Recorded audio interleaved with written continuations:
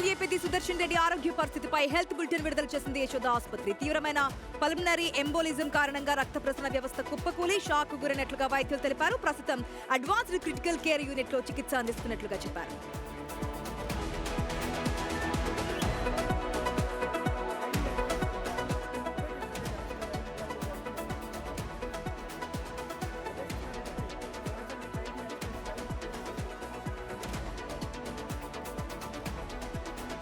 Trainee IPS Uday Krishna Reddy arrest అయ్యారు. మిర్యాలగూడలో అదుపులోకి తీసుకుని అత్తాపూర్ పిఎస్ కు తరలించారు పోలీసులు. ఉదయ్ కృష్ణారెడ్డిపై సహచర ట్రైనీ ఐపీఎస్ లైంగిక వేధింపుల కేసు పెట్టారు.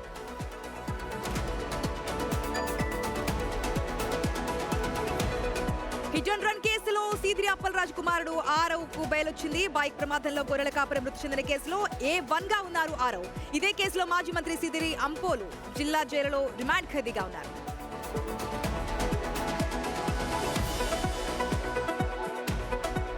ఎల్నినోతో తెలంగాణలో ఏర్పడిన కరువు పరిస్థితులను కేంద్ర వ్యవసాయ మంత్రికి వివరించారు.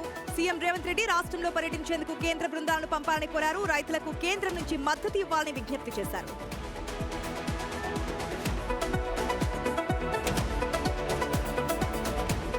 షాద్నగర్ లో హైటెన్షన్ నెలకొంది. మెయిన్ రోడ్ విస్తరణ కోసం ఆక్రమణల తొలగింపు ఉద్రిక్తతల మధ్య కంటిన్యూ అవుతోంది. కొన్ని చోట్ల వ్యాపారులు స్వచ్ఛందంగా ముందుకొస్తుంటే మరికొన్ని చోట్ల మాత్రం ముందస్తు నోటీసులు ఏవి అంటూ అధికారులతో గొడవకు దిగుతున్నారు.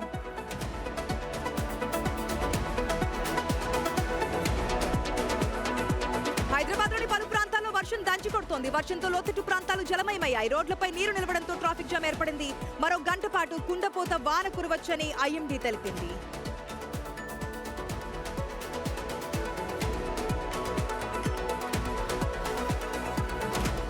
Gade Sai Krishna custodial torture death కేసులో కీలక పరిణామం చోటు చేసుకుంది. సిఐ నాగరాజు రిమాండ్ ను పొడిగించారు. ఆగస్టు 11 వరకు నాగరాజు రిమాండ్ ను పొడిగించింది న్యాయస్థానం. కేసు దర్యాప్తు కొనసాగుతున్న వేళ కోర్టు నిర్ణయం తీసుకుంది.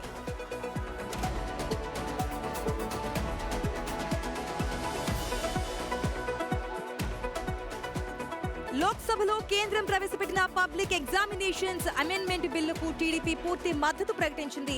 యువత భవిష్యత్తుతో ఆడుకునే ముఠాలపై కఠిన చర్యలు తీసుకోవాల్సిన అవసరం ఎంతైనా ఉందని టీడీపీ ఎంపీ శ్రీకృష్ణదేవరాయలు స్పష్టం చేశారు.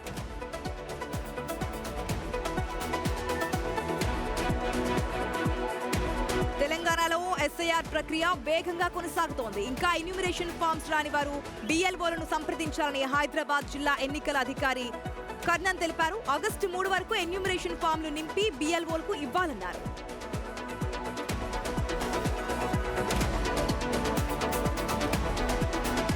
వీడియోలు చూస్తున్నారు కానీ చర్యలు లేవు. స్టూడెంట్స్ ఏవైనా ఉగ్రవాదుల తుపాకులతో కాల్చాలని ఎవరు ఆదేశించారంటూ లోక్సభలో ప్రియాంక గాంధీ ఫైర్ అయ్యారు.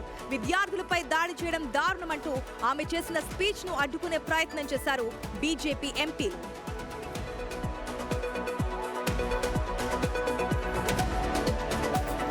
సోషల్ మీడియా దిగ్గజ సంస్థలైన ఇన్స్టా, ఫేస్బుక్, గూగుల్, వాట్సాప్, ఎక్స్లకు పార్లమెంటరీ కమిటీ గట్టి వార్నింగ్ ఇచ్చింది. డేటా ప్రైవసీ, యూజర్ సేఫ్టీపై ప్రశ్నించనుంది.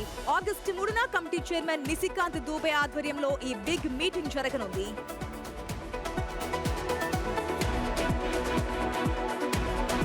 మలబార్ గోల్డ్ అండ్ డైమండ్స్ తమ బ్రాండ్ అంబాసిడర్ గా ఎంఎస్ ధోనిని నియమించుకున్నట్లుగా ప్రకటించింది. ది రెస్పాన్సిబుల్ జ్యువెలరీ అనే తమ బ్రాండ్ ఫిలాసఫీని బలోపేతం చేయడంలో భాగంగా ఒప్పందం కుదుర్చుకున్నట్లు సంస్థ తెలిపింది.